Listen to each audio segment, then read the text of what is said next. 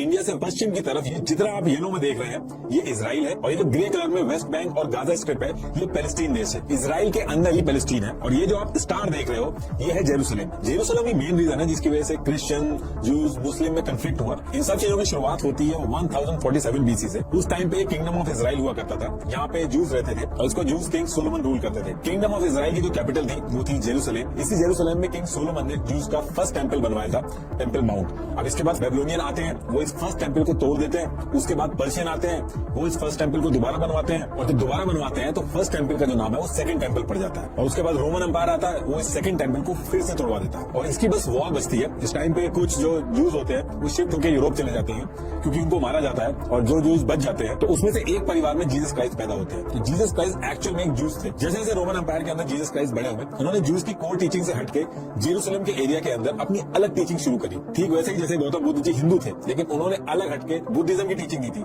अब जीसस उस एरिया में जूस की आइडियोलॉजी से अलग टीचिंग देने लगे, तो जो जूस थे उनको ये चीज बिल्कुल पसंद नहीं आई, और बात इतनी आगे बढ़ गई कि जूस ने जीसस को जेरूसलम में सबके सामने क्रॉस पे लटका के उनको कील ठोक दी गई, और उसमें से उनकी जान चली गई।